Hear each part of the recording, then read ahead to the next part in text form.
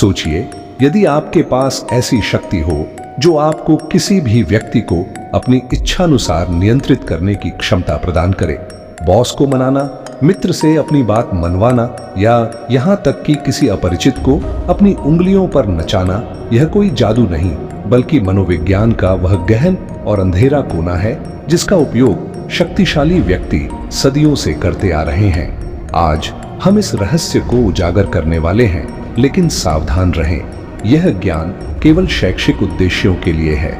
इसका दुरुपयोग न करें क्योंकि यह इतना शक्तिशाली है कि यह आपकी सोच को हमेशा के लिए बदल सकता है।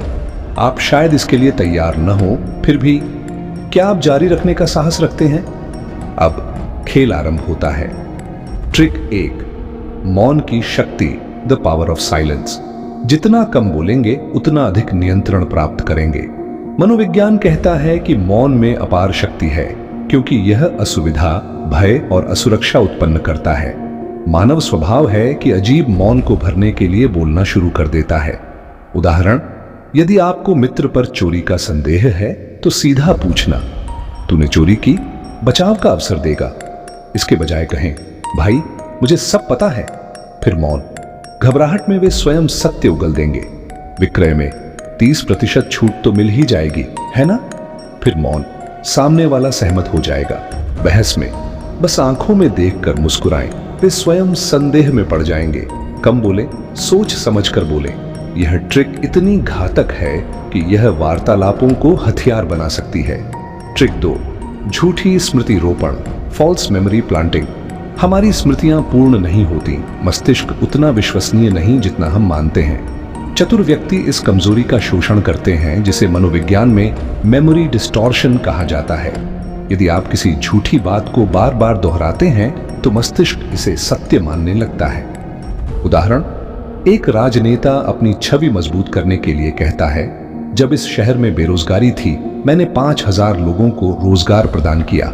फिर मीडिया में, हमारी सरकार ने 70% लोगों की आर्थिक स्थिति सुधारी।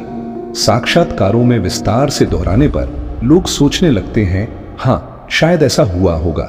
परिणाम, बिना तथ्य जांच के वे वोट देते हैं। यह तकनीक इतनी खतरनाक है कि यह इतिहास को भी विकृत कर सकती है। क्या आप इसकी गहराई समझने को तैयार हैं या यह आपके लिए बहुत अधिक है?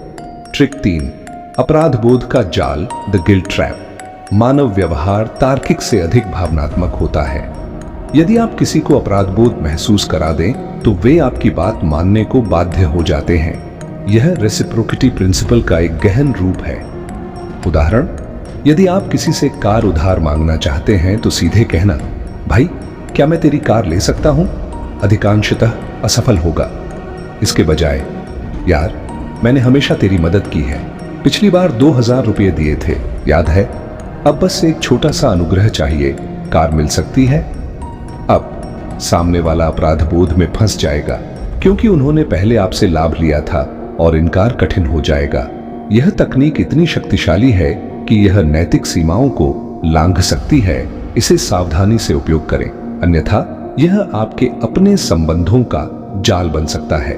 लेकिन क्या आप जानना चाहते हैं कि इससे भी गहरा रहस्य क्या है? ट्रिक 4, हां की सीढ़ी तकनीक, द यस लैडर टेक्निक।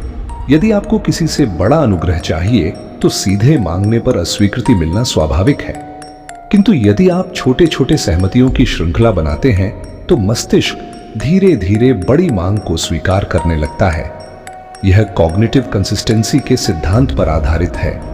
उदाहरण स्वरूप, यदि आप अपनी कंपनी में पदोन्नति चाहते हैं तो सीधे बॉस से कहना, सर मुझे पदोन्नति चाहिए, संभवतः असफल होगा। इसके बजाय यस लैडर अपनाएं। पहले छोटा अनुरोध, सर क्या मुझे इस नए क्लाइंट मीटिंग में शामिल किया जा सकता है? मैं अनुभव प्राप्त करना चाहता हूं। फिर बड़ा कदम, सर क्या मैं इस प्रोजेक्ट की अतिरिक्त जिम्मेदारियां संभाल सकता हूं?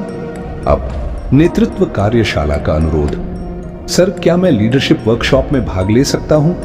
इससे मेरी क्षमताएं और मजबूत होंगी। अंत में मुख्य मांग, सर इस वर्ष मैंने अतिरिक्त दायित्व निभाए हैं, क्लाइंट संतुष्ट हैं, क्या पदोन्नति के लिए आवेदन की संभावना है? बॉस पहले ही कई बार सहमत हो चुके हैं, इसलिए इनकार कठिन हो जाता है। विक्रेता, राजनेता और नेता इस तकनीक का उपयोग करते हैं।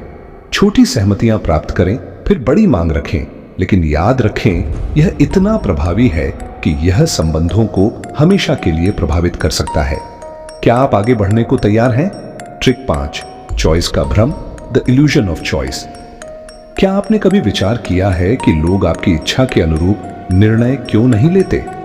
इसका कारण यह है कि वे स्वयं को नियंत्रण में महसूस करना चाहते हैं, लेकिन वास्तविक विशेषज्ञ उन्हें ऐसी विकल्प प्रदान करते हैं जो उनकी सोच को आपकी दिशा में सीमित कर देते हैं। कैसे?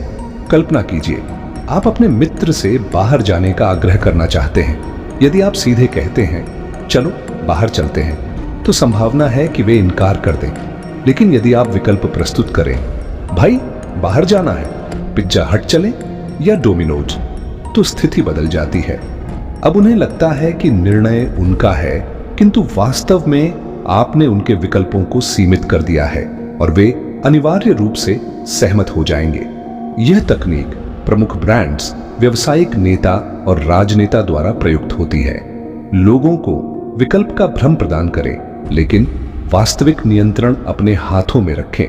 मनोविज्ञान में इसे फ्रीडम ऑफ चॉइस पैराडॉक्स के रूप में जाना जाता है। यह इतना सूक्ष्म है कि लोग इसे पहचान भी नहीं पाते। लेकिन सवाल यह है, क्या आप इसे आजमाने का जोखिम उठाएंगे? अब सावधान रहें, यह ज्ञान आपको बदल सकता है। शायद हमारी अगली मुलाकात न हो। बुकवाइज से जुड़ें और मनोविज्ञान के इन रहस्यों को गहराई से समझें, क्योंकि ज्ञान ही सच्ची शक्ति है।